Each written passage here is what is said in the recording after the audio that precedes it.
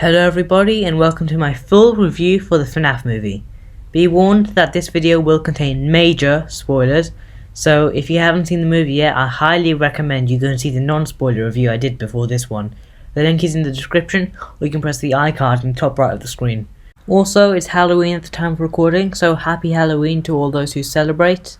And I am on trick-or-treat duty at the moment, so if you hear the doorbell going off, I will have to pop out. Now, let's begin. First, I want to say thanks to everyone working on this movie. I wouldn't be making this video without them. To start us off, I want to talk about the storyline, something I couldn't say much about in the last video. I think that's interesting how it adapts from both the games and the books, with the giant Ella doll being in the middle of it all, along with Mike Schmidt not being Michael Afton and Vanessa being Afton's daughter instead of Elizabeth. There's really a whole lot of ways this could go into, and I think it's really complicated for those who are new to the FNAF franchise. Like I said in my last review, I think there were a few questions that weren't answered, and that doesn't really benefit the newcomers. The majority of the existing fanbase will have no problem understanding this movie, but when it comes to the people who haven't fully gotten into FNAF yet, it won't be so easy. Speaking of Ella, she's a springlock suit, which is important because it gives us a new visual depiction of springlocks.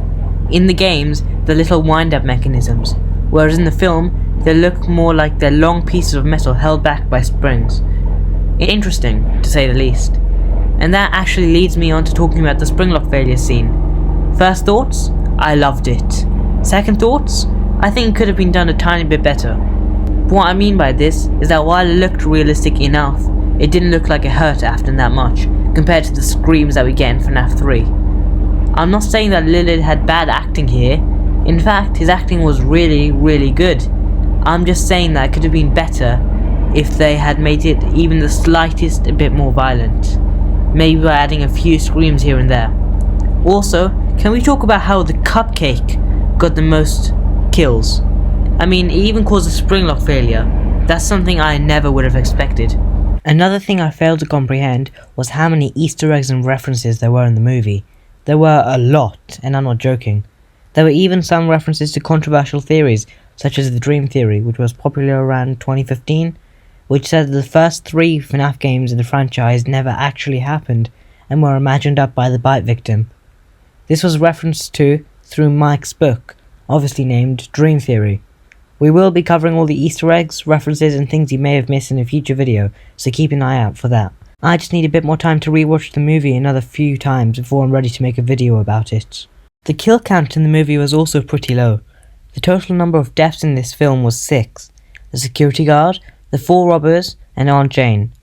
I would include Afton on this list, but since we know he didn't die from the springlock failure thanks to that final scene where the Golden Freddy spirit closes the door on him, there's no final confirmation there. Plus, it's known that Lillard signed the 3-picture deal, meaning that he has to return as Afton if they choose to make more films, so something tells me that he's not ready to join that list. While I do recognise that Blumhouse are trying to keep the film PG-13, I think that 6 kills in the entire movie isn't really enough. Even 1 or 2 more would have satisfied the fans, as I know I'm not the only one who's noticed this.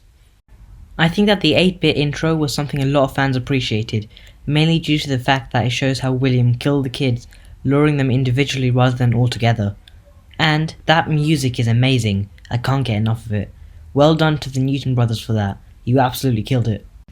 Unfortunately, that is all I have for today's video, but there is more FNAF movie content to come, including all the Easter eggs and references, a theory video for both this movie and the eventual sequel, and much more. If you want to be notified when I upload these videos and future projects as well, make sure to like and subscribe with post notifications. You can also join my Discord server for other updates, the link is in the description as always. And I also want to thank you for your support of the non-spoiler review I did a couple of days ago, which got many more views than I was expecting. Thank you all for watching, and I'll see you all in the next video.